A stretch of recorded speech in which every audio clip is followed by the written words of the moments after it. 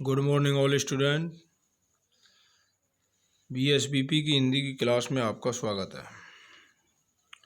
बेटा, जैसा कि आपको बताइए कि आपके लिए पिछली वीडियो में सूरदास जी के साहित्यिक परिचय का अध्ययन कराया गया था। साहित्यिक परिचय आपकी समझ में आ भी गया होगा। अब हम सूरदास जी के पदों का वर्णन करते हैं। तो ध्यान रखें एक बात यहाँ पर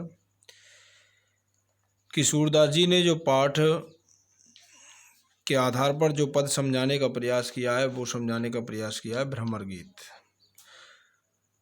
भ्रमर यानी भौरा पर व्यंग्य करते हुए गोपियों ने उद्धव पर करारा व्यंग्य किया है, जिसमें संपूर्ण बातों का सुंदर चित्रण किया गया है। और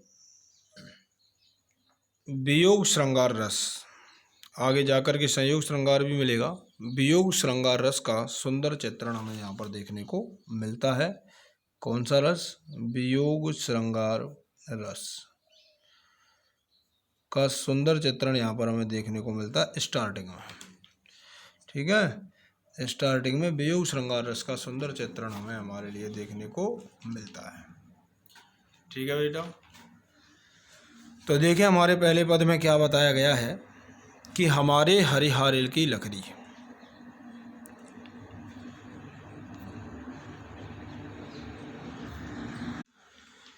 कि हमारे हरिल की लकड़ी मन बच क्रम नंद नंदन सो और यह दृढ़ कर पकड़ी जागत सोवत सपने सौतुक काने काने जकरी सुनतई जोग लगत ऐसो अली जो करुई ककरी सोई व्याधि हमें ले आए देखी सुनी ना करी यह तो सूर तिन्हे ले दीजै जिनके मन चकरी। अर्थात यहाँ पर कहने का मतलब यह है गोपियों का, यदि इसके हम प्रसंग की बात करें तो यहाँ पर गोपियों का कहने का मतलब यह है कि उद्धव उन्हें निर्गुण योग साधना का ज्ञान प्रदान करना चाहते हैं, लेकिन गोपियाँ निर्गुण योग साधना के ज्ञान को प्राप्त करना नहीं चाहती हैं और वह श्री कृष्ण के प्रेम के प्रति या फिर मैं कहूँ निर्गुण योग साधना के प्रति अपनी असमर्थता प्रकट करती हैं और श्री कृष्ण भगवान के प्रेम योग साधना को उद्धव के समक्ष सिद्ध करने का प्रयास करती हैं। तो देखें कैसे कि जब उद्धव निर्गुण योग साधना का गोपिकाओं के लिए निरंतर रूप से ज्ञान प्रदान करने लगे कि आपको इस प्रेम योग साधना में माया मोह के जाल में कुछ भी प्राप्त होने वाला नहीं है, आपको परम पिता पर ब्रह्म की उपासना करनी चाहिए जिससे कि आपका पूर्णतः कल्याण हो जाए। तो गोपिकाएं कहती हैं, हे उद्धव जी, हम बताती हैं आपको कि हमने श्री कृष्ण भगवान से किस प्रकार से प्रेम किया है। तो ध्यान से सुने आप कि हमारे हरिहारिल की लकड़ी। गोपिकाएं कहती हैं, हे उद्धव जी, हमारे यानी श्री कृष्ण, हमारे यानी हमारे, हरि यानी श्री कृष्ण, हारिल हारिल नामक पक्षी। हारिल का अर्थ क्या होता है? हारिल नामक पक्षी। बेटा, यह ऐसा पक्षी रहता है जो पृथ्वी पर या फिर मैं कहूँ जमीन पर अपने पैर नहीं टेकता है। यह आकाश में उड़ता रहता है या पेड़ की टहनियों पर बैठता है। यदि उसे जमीन पर भी आना होता है तो इसके पंजों में टहनी दबी हुई होती है। पेड़ की टहनी यानी लकड़ी दबी हुई रहती है और उस लकड़ी के माध्यम से यह जमीन पर बैठता है और उसी हारिल पक्षी से गोपिकाएं अपनी तुलना करने का यहाँ पर क्या कर रही हैं? प्रयास कर रही हैं। क्लियर है बात? सबसे पहले मैं यहाँ पर बात कर लूँ अलंकार की। तो है वर्ण की आवृत्ति के कारण, कौन से वर्ण की? है वर्ण की आवृत्ति के कारण अलंकार कौन सा हो जाएगा? हमारा अनुप्रास। कौन सा हो जाएगा? अनुप्रास। ठीक है। और यहाँ पर आरोप सिद्ध हुए जाने के कारण दूसरा अलंकार जो हमारा यहाँ पर काम करेगा वो कौन सा होगा? रूपक। आप कोई सा भी समझ सकते हैं। ठीक है, कैसे देखें तो हमारे हरिहारिल की लकड़ी, गोपिकाएं कह रही हैं, हे उद्धव जी, हमारे जो श्री कृष्ण भगवान है वह हारिल नामक पक्षी की लकड़ी की तरह है। लकड़ी यानी लकड़ी, लकड़ी मतलब लकड़ी की तरह हैं। अर्थात भावार्थ में, जिस प्रकार हारिल नामक पक्षी अपने पंजों में हरी लकड़ी को दबाए हुए रखता है, एक क्षण अथवा एक पल के लिए भी उसे अपने आप से अलग नहीं करता है, उसी प्रकार श्री कृष्ण भगवान को हमने अपने हृदय में समाहित कर लिया है। एक पल के लिए भी उन्हें हम अपने हृदय से दूर करने वाली नहीं है। आ गई बात समझ में? क्लियर होगा सभी का। ये पहली लाइन का अर्थ था कि जिस प्रकार हारिल नामक पक्षी अपने पंजों में हरी लकड़ी को दबाए हुए रखता है, एक क्षण के लिए भी अपने आप से अलग नहीं करता है, उसी प्रकार श्री कृष्ण भगवान को हमने अपने हृदय में समाहित कर लिया है। उन्हें हम अपने हृदय से दूर करने वाली नहीं है। और उद्धव जी आपको बताते हैं कि हम श्री कृष्ण भगवान को क्यों नहीं अलग करने वाली हैं। उसका कारण है क्या, मन में समाहित किए हुए हैं, वचनों में समाहित किए हुए हैं, कर्म में समाहित किए हुए हैं। नंद बाबा का, श्री कृष्ण भगवान का पालन पोषण किसने किया था? नंद बाबा ने। वैसे माता पिता जिन्होंने जन्म दिया था, उनका एक का नाम था वसुदेव और माता का नाम था देवकी। क्लियर है बात? क्या नाम था बेटा? देवकी। और पालन पोषण किसने किया था? नंद बाबा ने और जशोदा माता ने गोकुल नगरी में। तो उसी बात को गोपिकाएं कह रही हैं कि मन में, वचनों में, कर्म में नंद बाबा के नंदन पुत्र को, हमने इस नंद बाबा के पुत्र को, यह अर्थात नंदन कौन? श्री कृष्ण को अपने मन में बसा लिया है, वचनों में बसा लिया है और कर्म में समाहित कर लिया है। सो इस प्रकार और हृदय में दृढ़ मजबूती के साथ पकड़ स्थिर कर लिया है।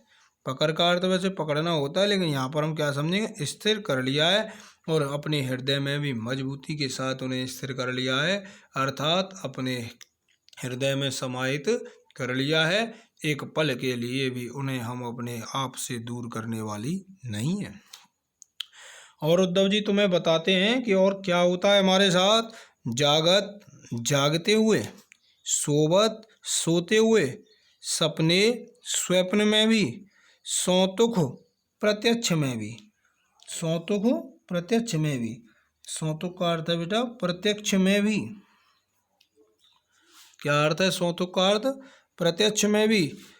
कान है श्री कृष्ण, जकरी रट लगाए रहती हैं। ये उद्धव जी तुम्हें क्या पता है हमारी इस प्रेम विरह साधना का, अर्थात श्री कृष्ण भगवान से दूर होने के बारे में आपको क्या पता है? हम जागते हुए भी, सोते हुए भी, सपने स्वप्न में भी, सौतुख प्रत्यक्ष में भी काने जकरी श्री कृष्ण भगवान के नाम का रट लगाए रहती हैं, अर्थात स्मरण करती रहती हैं। यानी हर पल हर क्षण हमें श्री कृष्ण भगवान का ही स्मरण रहता है। उनके अलावा हम किसी दूसरे कामकाज के विषय में विचार तक नहीं करती हैं। सुनते ही योग या निर्गुण योग साधना। योग का अर्थ क्या है? यह निर्गुण योग साधना, यानी योग साधना, निर्गुण योग साधना। लगता है ऐसा अली ओ भोरे। भ्रमर किसको कहा? भ्रमर के माध्यम से व्यंग्य किस पर किया है? उद्धव पर। भौराया किसको मान लिया उन्होंने? उद्धव को। क्लियर है बात? सुनते ही योग या निर्गुण योग साधना। लगता है ऐसा अली ओ भौरे ओ उद्धव जी, क्या आपको पता है इस निर्गुण योग साधना को सुनते ही हमें कैसा लगता है? जैसे करुई कड़वी, ककड़ी ककड़ी जो रहता है, जो फल रहता है, ककड़ी ककड़ी, जैसे कड़वी ककड़ी को खाने के पश्चात मुख कैसा हो जाता है, कड़वा, वैसे ही निर्गुण योग साधना की बातों को सुनने के पश्चात हमें अत्यधिक दुख और कष्ट की प्राप्ति होती है। आगे होगी बात बेटा समझ में। उपमा अलंकार है, यहाँ कौन सा अलंकार है, उपमा। इस पंक्ति में जो कड़वी ककड़ी में कौन सा अलंकार है, उपमा। क्लियर है बात। क्यों है, क्योंकि निर्गुण योग साधना की जो तुलना की गई है, उसे जो उपमा प्रदान की गई है, वो कड़वी ककड़ी के समान प्रदान की है। तो दोबारा देख लें। सुनते ही जोग लगत है सोहली, हे उद्धव जी, इसी निर्गुण योग साधना की बातें हमें सुनने में ऐसी लगती हैं जैसे कड़वी ककड़ी को खाने के पश्चात मुख कड़वा हो जाता है, वैसे ही हमें अत्यधिक दुख और कष्ट की प्राप्ति होती है। सोई यही व्याधि बीमारी, निर्गुण योग साधना को उन्होंने क्या बता दिया, बीमारी हमें हमारे पास ले आए हो। अरे इस निर्गुण योग साधना रूपी बीमारी को आप हमारे पास ले आए हो, देखी जिसको ना तो आज तक हमने देखा है, सुनी ना तो आज तक सुना है, ना करी ना ही कभी योग साधना की है। क्लियर है बात। आ गई होगी समझ में। क्या सोई व्याधि, इस निर्गुण योग साधना रूपी बीमारी को आप हमारे पास ले आए हो, जिसको आज तक ना तो हमने देखा है, ना सुना है, ना ही कभी योग साधना की है। यह तो क्या, निर्गुण योग साधना को, इस निर्गुण योग साधना को सूरदास जी के माध्यम से गोपियाँ कहती हैं। किससे, उद्धव जी से। तो सूरदास जी के माध्यम से गोपियाँ कहती हैं, यह तो इस निर्गुण योग साधना रूपी बीमारी को तिन्हें उनके लिए दीजिए, समर्पित कर दीजिए, जिनके मन चक्री यानी अस्थिर हैं, जिनके मन कैसे हैं, अस्थिर। लेकिन वैसे चक्री का मतलब एक चक्री नामक खिलौना होता है, देसी भाषा में कहें तो एक फिरकनी टाइप होता है, जिसे ज़मीन पर घुमा दिया जाता है, गोल गोल जब घुमा दिया जाता है तब तक तो गोल घूमता है, लेकिन जैसे ही टिकता है तो वह अस्थिर रहता है, टेढ़े से खड़ी हो जाती है वो वहीं पे वहीं। तो जिनके मन चक्री नामक खिलौना की तरह कैसे अस्थिर है, ऐसे लोगों के लिए इस निर्गुण योग साधना की बीमारी को आप समर्पित कर दीजिए। क्लियर बात यहाँ तक। दोबारा देखें इस लाइन का लास्ट वाली का अर्थ, यह तो सूर तिन्हें ले दीजिए, गोपियाँ कह रही हैं सूरदास जी के माध्यम से, हे उद्धव जी, इस निर्गुण योग साधना रूपी बीमारी को आप उनके लिए समर्पित कर दीजिए, जिनके मन चक्री नामक खिलौने की तरह अस्थिर हैं, चक्री नामक खिलौने की तरह अस्थिर हैं। हमारा मन स्थिर है और जो श्री कृष्ण भगवान के प्रेम में लगा हुआ है। क्लियर है बात। अब हम श्री कृष्ण भगवान के प्रेम से दूर कदापि होने वाली नहीं है। ठीक है बेटा, पहला पद क्लियर है। दूसरे पद की बात करते हैं, आ जाइए। बहुत सरल है, दूसरा पद भी आसानी से समझ में आ जाएगा। तो देखें आप कि हम तो दूहू भांति फल पायो, जो ब्रजनाथ मिले तो को, ना तरु जगजस गायो, कहवे गोकुल की गोपी, सब बरन हीन लघु जाति, कहवे कमला के स्वामी, संग मिल बैठी एक पाती, निगम ध्यान मुनि ज्ञान अगोचर, ते भय घोष निवासी, ताऊ पर अब साच कहूँ धो, मुक्ति कौन की दासी, जो कथा पा लागो ऊधो, ना कहू बारंबार, सूर श्याम तज और भजय जो, ताकि जननी चार। इसकी मैं स्टोरी बता देता हूँ जिससे कि आसानी से समझ में आ जाए आपके में। पहले ही यहाँ पर बेटा जो गोपियाँ हैं उस उद्धव जी से कहने का प्रयास कर रही हैं, क्योंकि उद्धव जी बार बार निर्गुण योग साधना का ज्ञान प्रदान कर रहे हैं। तो गोपियाँ उद्धव जी को प्रेम योग साधना का पाठ पढ़ाते हुए, उद्धव जी पर करारा व्यंग्य करते हुए, उनका उपहास करते हुए, इन समस्त बातों का यहाँ पर वर्णन प्रस्तुत करते हुए कहती हैं। तो क्या कहती हैं सुनो, स्टोरी बता देता हूँ आपको, थोड़ी थोड़ी सी आपकी क्लियर हो जाएगी यहाँ पर। कि हम तो दूहू भांत फल पायो, गोपियाँ कह रही हैं, हे उद्धव जी, हमने तो अब दोनों प्रकार से फल की प्राप्ति हो गई है, अर्थात हमारे तो दोनों हाथों में लड्डू हैं। जो ब्रजनाथ मिले तो उन्हीं को। यदि श्री कृष्ण हमसे मिलने के लिए आ जाएं तो उनका हम दर्शन कर लेंगी और मन तृप्त हो जाएगा, शांत हो जाएगा। क्लियर है बात? मन कैसा हो जाएगा? तृप्त हो जाएगा। ना तरु जग जस गायो, अन्यथा इस संसार में उनकी कीर्ति और महिमाओं का हमने गुणगान कर लिया है और हमें पता चल गया है कि कृष्ण कोई साधारण मानव नहीं है, साक्षात नारायण हैं। इसलिए हमने उनसे प्रेम कर लिया है, तो हमारा तो कल्याण होना निश्चित है।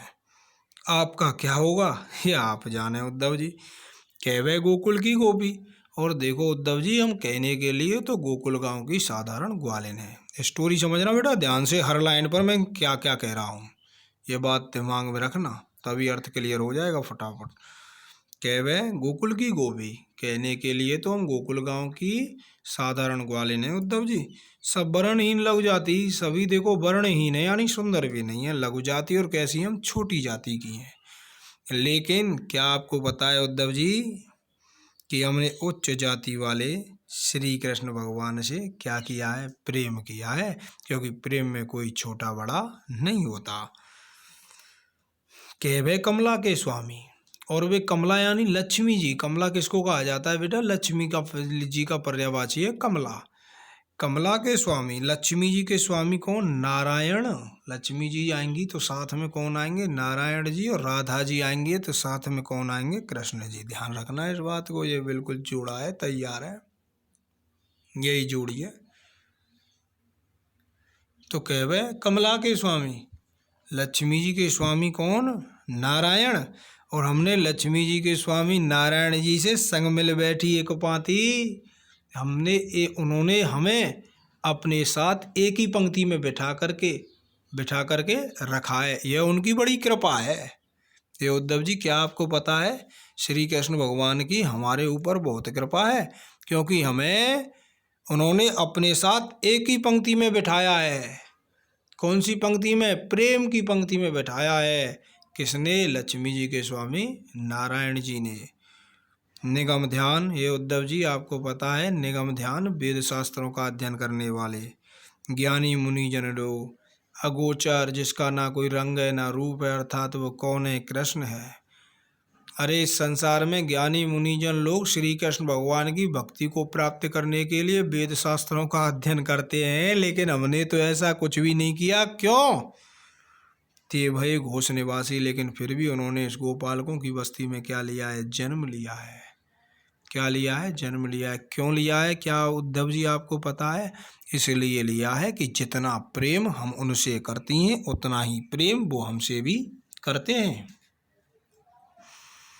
ताऊ पर इन समस्त बातों को छोड़ो, अब सच कहो, आप हमसे रियली में बताइए, एक्चुअली में बताइए, वास्तविकता में बताइए कि मुक्ति कौन की दासी? कि हे उद्धव जी, ये जो मुक्ति है वो किसकी दासी है? उद्धव जी शांत हो जाते हैं। तो गोपिकाएं जवाब देती हैं, हे उद्धव जी, यह जो मुक्ति है वह प्रेम की दासी है, भक्ति की दासी है। और हमने श्री कृष्ण भगवान से उद्धव जी प्रेम भी किया है, उनकी भक्ति भी की है, इसलिए हमारी मुक्ति होना कन्फर्म है। तो उद्धव जी, हमने श्री कृष्ण भगवान से प्रेम किया है, उनकी भक्ति भी की है, इसलिए हमारी मुक्ति होना तो कन्फर्म है, आपका हमें पता नहीं है। उद्धव पर व्यंग्य कर दिया। जो कथा पा लागो उदो नाखो बारंबार, हे उद्धव जी, इस निर्गुण योग साधना की कथा को आप हमसे बार बार ना कहें, हम आपके सादर पैरों को स्पर्श करती हैं, क्योंकि इसे सुनने के पश्चात हमें अत्यधिक कष्ट की प्राप्ति होती है। गोपी हाँ कह देती हैं कि सूर श्याम तज और भजे जो। कितनी बड़ी बात कह रही हैं गोपियाँ, क्या श्री कृष्ण भगवान की भक्ति को त्याग कर जगत का जो मनुष्य अन्य किसी देवी देवता के नाम का स्मरण करता है ना, जननी माता ने छार व्यर्थ में ही, तो उसकी माता ने उसके लिए व्यर्थ में ही जन्म दिया है। इसलिए जगत के प्राणी को श्री कृष्ण भगवान के नाम का उच्चारण करते रहना चाहिए। तो बेटा देखें, आशा है समझ में आ गया होगा, ठीक है।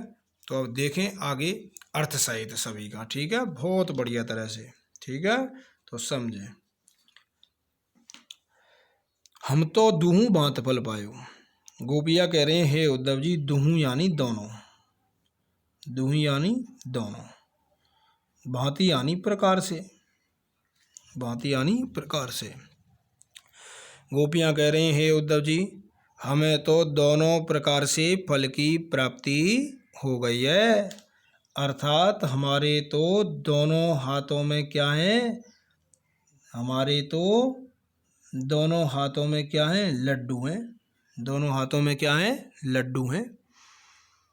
तो कैसे लड्डू हैं दोनों हाथों में, तो बता रही हैं अगली लाइन में, जो ब्रजनाथ मिले तो नीको, जो यानी यदि ब्रजनाथ, ब्रज के ईश्वर कौन, श्री कृष्ण मिले, मिलने के लिए आ जाए तो नीको बहुत अच्छी बात है, नीको बहुत अच्छी बात है, भलाई है, हमारी क्या है, भलाई है। जो ब्रजनाथ मिले तो नीको, यहाँ तक अर्थ देखेंगे पहले कि यदि ब्रज के ईश्वर श्री कृष्ण हमसे मिलने के लिए आ जाएं तो बहुत अच्छी बात है, अर्थात क्यों है अच्छी बात, हम उनका दर्शन कर लेंगे और हमारा कल्याण हो जाएगा। ना तरु अन्यथा, ना तरु का अर्थ क्या है, अन्यथा। जग, इस संसार में जस कीर्ति, जस कीर्ति महिमा गायो, गुणगान कर लिया है, अन्यथा इस जगत में हमने श्री कृष्ण भगवान की कीर्ति अथवा महिमा का गुणगान कर लिया है, सो हमारा कल्याण होना निश्चित है, हमारा कल्याण होना निश्चित है। इस कारण गोपियाँ कह रही हैं कि हमारे तो दोनों हाथों में क्या है, लड्डू है। क्लियर बात, हमारे तो दोनों हाथों में क्या है भाई, लड्डू हैं। आगे होगी बात समझ में। पहला लड्डू क्या कह रहा है, जो ब्रजनाथ मिले तो नीको, यदि श्री कृष्ण भगवान हमसे मिलने के लिए आ जाएं तो बहुत अच्छी बात है, उनका हम दर्शन कर लेंगे और मन तृप्त हो जाएगा, अन्यथा इस संसार में उनकी कीर्ति महिमा का हमने गुणगान कर लिया है, जिससे हमारा कल्याण होना निश्चित है। अगली लाइन कह रही है, आपको मैंने बताया अभी था कि हम गोकुल गांव की साधारण ग्वालिन हैं। कहवे कहने के लिए तो है उद्धव जी, गोकुल गांव की गोपी साधारण ग्वालिन, हे उद्धव जी कहने के लिए तो हम गोकुल गांव की साधारण ग्वालिन हैं, सब वर्णहीन, सभी वर्णहीन हैं, अर्थात सुंदर नहीं है, लघु छोटी जाति काष्ठ, और हम छोटी जाति की हैं, अर्थात कहने के लिए तो हम गोकुल गांव की साधारण ग्वालिन हैं और सभी वर्णहीन हैं और छोटी जाति की हैं, लेकिन हमने उस उच्च जाति वाले, उन उच्च जाति वाले श्री कृष्ण भगवान से प्रेम किया है, और उन उच्च जाति वाले श्री कृष्ण भगवान की भी हमारे ऊपर बड़ी कृपा है। कैसे, अगली लाइन में बता रही हैं कि कहवे कमला के स्वामी, कमला लक्ष्मी जी, कमला लक्ष्मी जी, और लक्ष्मी जी आएंगी तो मैंने पहले ही कहा था स्वामी जी आएंगे। स्वामी जी कौन आएंगे, नारायण। स्वामी जी कौन आएंगे, नारायण, अर्थात कि उन उच्च जाति वाले श्री कृष्ण भगवान की, या फिर मैं कहूँ लक्ष्मी जी के स्वामी नारायण जी की हम पर बड़ी कृपा है। क्या, संग साथ में मिला करके बिठा रखा है, एक ही पंक्ति में उस लक्ष्मी जी के स्वामी नारायण जी की हम पर बड़ी कृपा है कि उन्होंने हमें इस प्रेम की पंक्ति में बराबर में बिठा रखा है, क्योंकि उन्होंने भी हमको ना तो छोटा माना है ना ही वर्णहीन माना है, बल्कि हमें एक ही पंक्ति में बराबर का सम्मान प्रदान किया है, क्योंकि वे जानते हैं कि प्रेम में कोई छोटा बड़ा नहीं होता। इसलिए उद्धव जी आप बताइए उनको हम अपने हृदय से कैसे निकाल दें। और उद्धव जी और आप एक बात बताइए, आप तो बड़े ज्ञानी हैं, हमारे लिए समाधान कीजिए। निगम ध्यान वेद शास्त्रों का अध्ययन करने वाले। निगम ध्यान का मतलब क्या है? वेद शास्त्रों का अध्ययन करने वाले।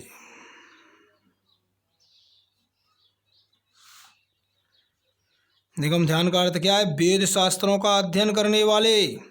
कौन? मुनि ज्ञान, ज्ञानी मुनिजन लोग। अगोचर अर्थात श्री कृष्ण, जिनका अगोचर का मतलब होता है दिखाई नहीं देना, अर्थात जिसका ना रंग है ना रूप है, वो एक ही है जिसका नाम क्या है? श्री कृष्ण। तो निगम ध्यान वेद शास्त्रों का अध्ययन करने वाले, मुनि ज्ञान, ज्ञानी मुनिजन लोग, अगोचर जिस श्री कृष्ण भगवान की भक्ति को प्राप्त करने के लिए, महिमा को प्राप्त करने के लिए, मुक्ति को प्राप्त करने के लिए ज्ञानी मुनिजन लोग वेद शास्त्रों का क्या करते हैं? अध्ययन करते हैं। लेकिन फिर भी श्री कृष्ण भगवान उनके लिए दर्शन नहीं देते।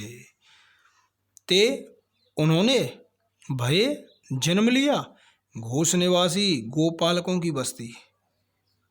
घोष निवासी गोपालकों की बस्ती। लेकिन फिर भी उन्होंने हमारे इन गोपालकों की बस्ती में जन्म क्यों लिया?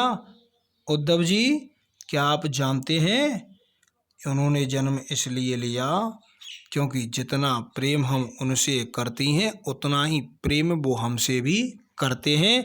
अरे ज्ञानी मुनिजन लोग कई कई वर्षों तक उनकी साधना आराधना करने में लगे हुए रहते हैं, वेद शास्त्रों का अध्ययन करते हैं, लेकिन फिर भी वे उनके लिए दर्शन नहीं देते। लेकिन उन्होंने हमारे बीच, हमारी इस गोकुल नगरी में, गोपालकों की बस्ती में जन्म लिया और हमसे प्रेम किया। तो इस बात की यह सार्थकता है उद्धव जी, यह प्रमाण है कि जितना प्रेम हम उनसे करते हैं उतना ही प्रेम वे हमसे भी करते हैं। इस कारण उन्हें हम अपने हृदय से निकालने वाली नहीं है। और उद्धव जी, और आप एक बात बताइए, ताऊ पर इन समस्त बातों को छोड़ो, अब साच कहो। साच यानी वास्तविकता में बताइए, रियली में बताइए, एक्चुअली में बताइए।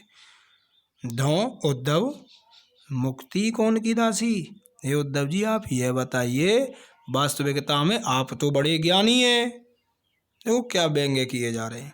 आप तो बड़े ज्ञानी हैं, आप वास्तविकता में बताइए, यह जो मुक्ति है वह किसकी दासी है? भावार्थ, उद्धव शांत हो जाते हैं तब गोपियाँ जवाब देती हैं। लाइन लिखनी होगी यहाँ। उद्धव शांत हो जाते हैं तब गोपियाँ उद्धव जी को बताती हैं, यह जो मुक्ति है वह श्री कृष्ण भगवान की प्रेम की और भक्ति की दासी है।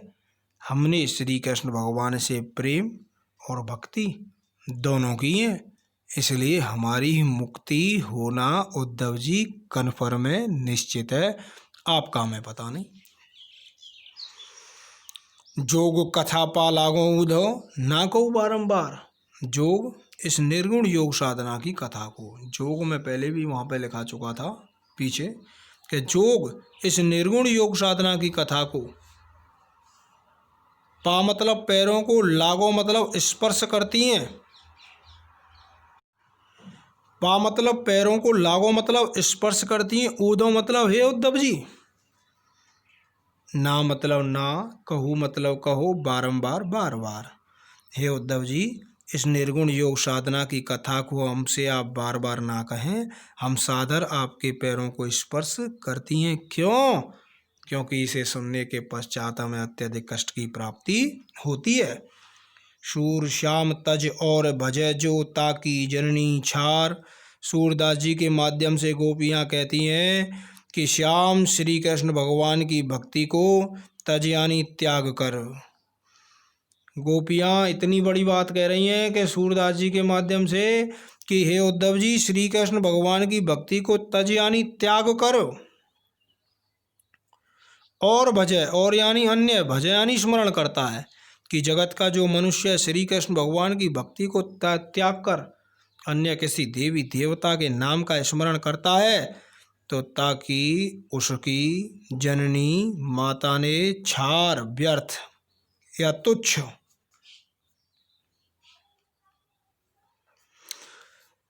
छार व्यर्थ, तो उसकी माता ने उसके लिए व्यर्थ में ही जन्म दिया है। इसलिए जगत के प्रत्येक प्राणी को श्री कृष्ण भगवान के नाम का स्मरण करते रहना चाहिए।